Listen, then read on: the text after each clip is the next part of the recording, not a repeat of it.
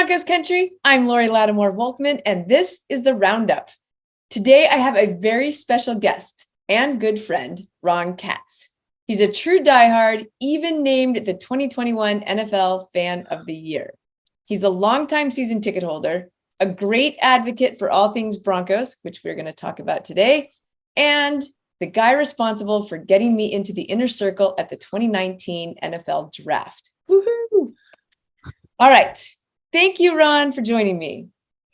Thanks, Lori. It's so good to see you again. We had some crazy good adventures in 2019 Nashville. I was actually going to try to wear the hat on the show, but it takes up my whole screen. So, I was Broncos 2021 Fan of the Year. I was one of 32. I wasn't the overall NFL, but I think you're the NFL Fan of the Year, so that's what we're going to make you, okay? Go Broncos. That's right. Okay, so obviously you are a big fan of Randy Gradishar, huge advocate for Broncos in the Hall of Fame. So many understand why Randy Gradishar is the greatest linebacker in history and should be in the Hall of Fame. But many of our younger viewers may not quite understand just why he's so important to the game. So if you could tell us, give us your elevator speech, why should Randy Gradishar be in the Hall of Fame? Well, first, Lori, for those who never had the privilege of watching him play, I would ask you a rhetorical question. Tell me the Broncos defensive players who have won NFL Defensive Player of the Year. Was it Von Miller, Champ Bailey, Carl Mecklenburg, Randy Gradishar? Well, obviously, it was Randy Gradishar, and it was not any of the others. In fact, Randy, in a 10-year career, 9 years starting, and those 9 starter years, 4 of those years, he received votes for Defensive NFL Player of the Year, finished third once, the Orange Crush 77 year, where he shared votes with some teammate. And 1978, he was NFL Defensive Player of the Year. That's pretty impressive. 4 out of 9 starter years. Now, take those 9 years. And if you said, is a player great because he had great impact? If you saw him play, he did. We all believe that. I have my orange colored glasses on, maybe not. But the other part of that is, think of All-Pro, which is a very important honor. And for a position where there's only one, middle linebacker, inside linebacker, there's only one slot. And then think of Pro Bowl. Now it's not like the 10th alternate gets, orange slices. This is when your peers voted on it. And so if you combine all that, take the AP All-Pros, the Sporting News All-Pro, the one other year, and Pro Bowl, 8 of the 9 years starting. That's like close to 89%. 90% of his years in the NFL were with that kind of level of honor. No one from the Orange Crush is in the Hall of Fame. You can't just say that because, every team, every fan base has 5 guys they want in, okay? But if you look at that more analytically, as not a Broncos fan, there were 5 iconic defenses in the 70s. That was an era of defense. The Broncos Orange Crush is the only one not in. The voters have a very difficult job. Every year, every time they meet, they're looking at a bunch of guys who are all Hall of Famers. They're all great players, and you could put them all in. Go take a look at any game that Randy played and watch what he did, because he played the same every single time that he was out there. He is without a doubt a surefire Hall of Fame player.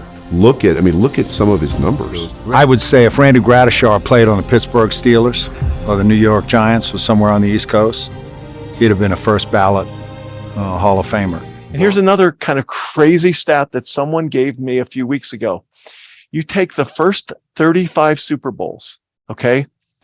70 teams. Now, yeah, some teams made it more than once, right? 70 teams. 69 of them have at least one Pro Football Hall of Famer. The 77 Broncos and their best player, Randy Gradishar, not in the Hall of Fame. So that's just astounding. What we designed was a defense where Randy's such a great tackler that if we clear a way for him to get to the ball carrier, he's going to make the tackle. Most of the time, my kind of tackling is just bring that ball carrier down no matter how you can do it. The real great hit, that only comes maybe half a dozen times within a ball player's career. Over the course of 10 seasons, Gradishar racked up a mind-boggling 2,049 tackles, 20 interceptions, and 13 fumble recoveries. You know, I don't know if you are aware, Randy has an interesting tackle total. Official numbers 1339, but Joe Collier, his former defensive coordinator and loyal coach, knew throughout the years the stat sheets and the game sheets were not necessarily robust consistently. And so he counted about 50% more tackles or assistant tackles or whatever. But you can't do that because you have so many other players who aren't in the Hall of Fame. What if their assistant coaches did the same thing? There's no way to make it apples to apples, but it demonstrates the love of him, his impact, and you know how great a player that he was. Randy Gradishar's legacy is one of toughness, leadership, and tenacity. He led the team in tackles for 9 consecutive seasons. He was a 7-time Pro Bowler, 6-time All-Pro, and to this day is the only Bronco ever to win Defensive Player of the Year. I'd like to be remembered for being a well-informed ball player, a ball player who gave that. I don't hear 110% today, but we used to say it given 110%. Randy Gradishar never missed a practice, was always attentive in meetings, not only asked questions, but shared information. He made a number of outstanding plays at crunch time. That's what the great players do. So help us understand the process and the timeline. It's not a bias against the Broncos. It's just an omission with how the process used to be. And it has improved quite a bit, but there's a backlog in seniors. Now, the one thing to keep in mind, the Hall of Fame was founded in 1963. Now, you remember, we just had the 100th anniversary of the NFL. I believe it was 2019, right? Yeah. So, you know, you're talking about like just 40 plus years into the sport, and there's some stuff that happened earlier, like Jim Thorpe and others, right? So there's always been a little bit of a backlog. And the folks, once you retire, 5 years into it, then you become eligible for the Hall of Fame for 20 years. If you don't get selected by that 25 years after retiring, you go into the seniors pool. Some great players have gone into that. Albert Lewis just recently. So you have a lot of people in that seniors category, and you could close your eyes and pick any of those names out of the 30 or so, and you could make a very good case for them. Some better than others, but those all had spectacular careers here. If you go into seniors or contributors, such as a coach, such as an owner, and others, you have a committee of 9, or used to be, and only 5 voted. And then you pretty much have a different 5 of that 9-member committee voting the next year. So you would have like one group of candidates this year, and then one group of candidates next year in the same seniors or contributors area that were completely different from each other. Like Mr. B was a finalist in 2017. He was like 1 vote away, is my understanding. In 2018, he wasn't even considered. 2019, slam dunk, along with Gil Brandt. A lot of us petitioned the new president of the Hall of Fame, Jim Porter, and who worked with the board of the Hall of Fame, to make seniors have more than one candidate every year. So last year, what they did with seniors is Ken Riley, 65 interceptions, second all-time among cornerbacks to Night Train Lane, and Joe Klecko. He was also Defensive Player of the Year, very dominant for the Jets. They were the 2 finalists from the previous 2 years of those 5 members of the 9. And you can debate their merits, but I think they said, let's clean it up. Let's get the past, some closure on the past. Let's focus on the future. Chuck Howley, great Cowboys linebacker, the only MVP of a Super Bowl of a team that lost. He's been waiting 45 years. Randy's, by comparison, 35. Chuck's 86 years old, not in great health. Very, very valid for the Hall of Fame and deserving. I was actually happy he made it last year. The good news is, as part of this new process, there were 12 members voting. In fact, I would tell you something too. Jack Silverstein, who's with a group that I'm part of with historians, fans of the Hall of Fame, and just those of us who love the sport and want the Hall of Fame to be better and try to advocate for players, not on our own teams even, but just greatness. He just came up with a proposal that Clark Judge, who is one of the selectors and has a Talk of Fame website, podcast, he just published Jack's open letter to the Hall of Fame asking that Randy, Bob, and Sterling be part of the selectors this year for next year, and that whoever the three runners up are considered for the year after. It's a big deal. And my goal for the last 4 years plus has been to get his name out there for his attributes, for his impact. And we're getting there. We're very, very close. On August 21st, the seniors committee will vote, and we are hoping for some good news. I know you spend a lot of your year at different NFL events, and you no matter what the theme, whether it's the draft or the Super Bowl or anything else, you're showing up with your jersey on and all your gear and making sure that even at those events where it's not a focus on the Hall of Fame, you're making people pay attention to the Hall of Fame. It started out in 2001. I thought, boy, wouldn't it be really cool to go to New Orleans for Super Bowl week? Super Bowl week looks so much fun. Weekend looks so much fun. And then I figured out a way to do it when the date was changing, sadly, because of 9/11. And then it's morphed into 17 of the last 22 years. And then 25 of these events total. I just hit that with the draft in Kansas City. Right. I've been to 2 combines, and that's been really good too for networking, because the great Peter King has these events that are for charity, they're nominal cost, and you get a chance to network and socialize, and they appreciate those media folks who are there. They appreciate people who have a passion for the game like they do. Now, as far as Randy's concerned, and anyone who's in Denver, there's a great fan club that dates back to the early 60s called the Denver Broncos Quarterback Club.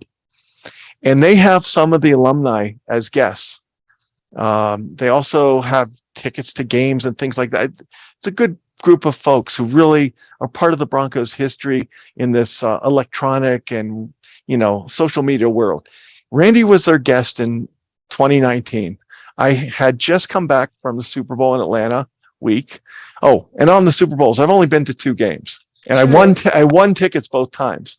Once in New York for David Beckham underwear contest in H&M. I have no shame. And and then as part of Fan of the Year. But here's the fun part. I came back from Super Bowl week. I didn't doubt that Champ Bailey was not going to get in, but I heard rumblings that maybe he wouldn't be first ballot, as the way Shannon Sharp had to wait or DeMarcus Ware had to wait. And I'm like, hell no. So and he's from Georgia. He, obviously played at Georgia. So I'm rocking my stuff for him. And then we got the good news. And thank you to Patrick Smythe, who somehow pulled it off so I could see Mr. B's children and Champ on stage at NFL Honors. To see that was just chilling, remarkable.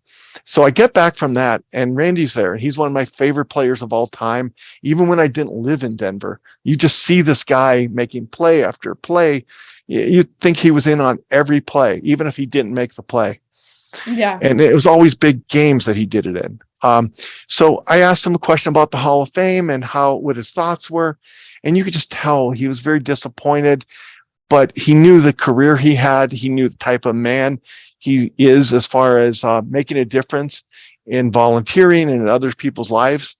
And at the end of it, I just defiantly said, don't worry about it. If I have anything to do with it, you're going to get in. Just watch. And I know he looked at me like I'm crazy.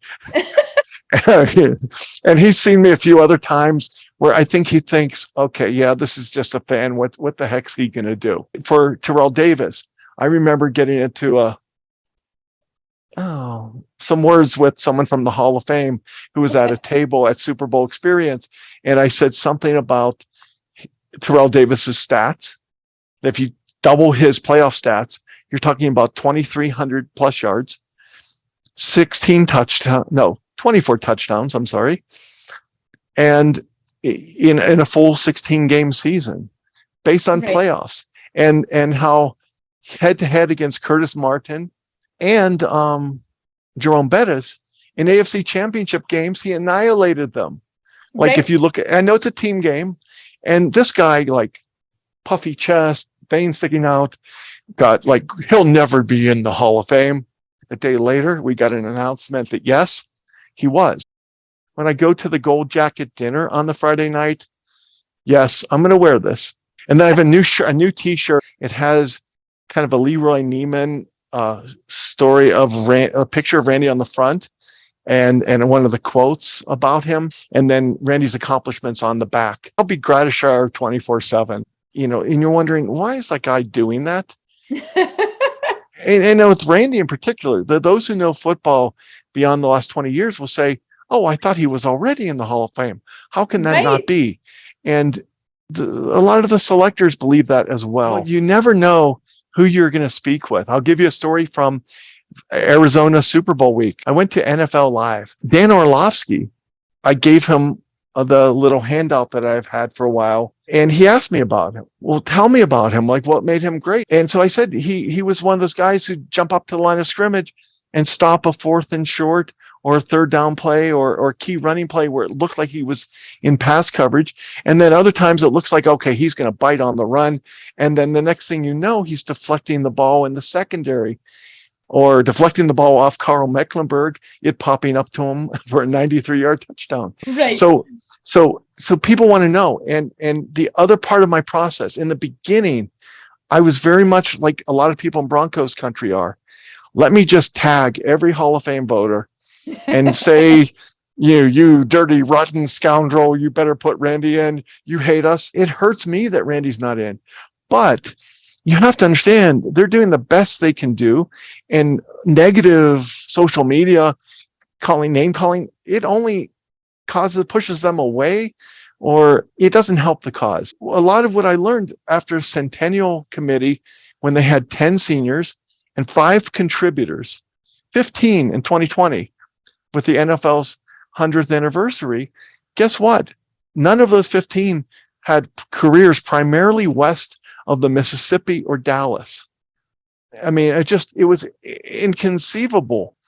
So I was mad as heck, and I was not going to take it. But then I talked to a lot of people who are historians or who are like super fans of the Hall of Fame, not waving pom-poms, but like who know the process.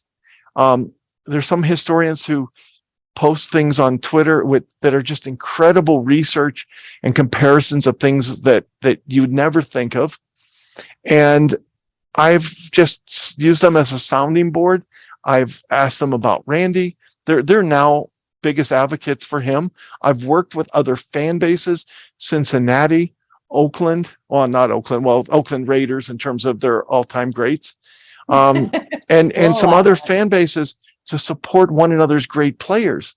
I was a big Don Coryell fan, Tom Flores, Cliff Branch, with the Boulder connection. Like, this is about the legacy of our sport. It's well beyond Broncos or Randy Gradishar or Louis Wright or Tombstone Jackson or some of these other guys who could be valid candidates. But it's just, we need to just keep the awareness out there. It's so, so important.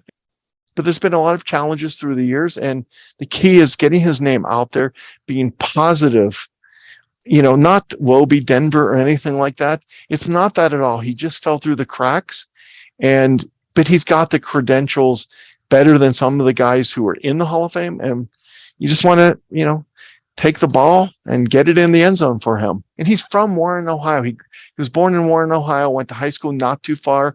And also, I don't know if you know this, guess where he went to college? I do. Ohio State. The Ohio State University. And the great Woody Hayes called him the greatest linebacker he's ever coached. I really hope that 2024 is his year when the seniors committee votes. He deserves this. You want a funny story? 2019, I told you I met him. So I'm at the last game of the year against the Lions, and I was sick as a dog, but I had a first row seat to that last game of the season, no playoffs for the Broncos, first row. And I'm like, I'm going to get this sucker on TV. And, if someone sees Gradishar Hall of Fame, heck yeah. Right. Right. So I'm tweeting away something from warm-ups, or maybe a picture of me with the sign. Someone taps me, I'm not paying attention, and said, "Who is this Gradishar person?" Well, it's Randy Gradishar. He's he works for the NFL, checking uniforms before games for code specific to NFL standards, and so he's got a good sense of humor about it. I know he appreciates it. It's something that's very emotional to him. I know I brought a sign to training camp in 2021, maybe, and you could tell it meant a lot that people were trying. Last year I got into camp and I had my orange crazy stuff from head to toe. I got past the gate and putting stuff back in my bag after security, did their thing with me. And I get a tap on the shoulder. I look up and it's a great one. Oh, that's a great story. So he's just a good man. You just want the good news to finally come. It's just about this man getting the honors that he deserves. Ron, it has been my extreme pleasure to have you on and to talk to you about Randy Gradishar. So thank you so much. Oh, thank you. I appreciate you giving me the platform to tell all about Randy and why he belongs in the Hall of Fame. I will say too, you can probably see on the screen, my Twitter is Ron and then the letter N and then Cap Hill, all one word. And also I'm going to give a quick plug to Not in Hall of Fame. Great group. And if anyone's interested in advocating for the Hall of Fame in the big picture beyond just Broncos, it's a great group and it's really insightful. If there's anything I can do to rock it for Randy, I'll be at the first Saturday of training camp with the same stuff. We will get this done for him. We will get this done for him. I mean, please put him in. Please let August 21st be the day, and 2024 be the year for Randy Gradishar. And thank you so much. Oh, Gradishar for PFHOF. I love it. Maybe someday it's going to happen, but it's something that they just kind of wait each year to see if the name comes up. And if the committee decides on doing that, I'm just grateful and, again, feel blessed that I had the opportunity to play in the NFL and for the Denver Broncos.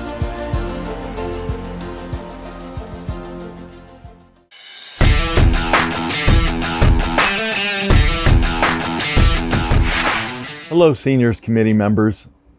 Thank you for all that you are doing to preserve the great legacy of pro football.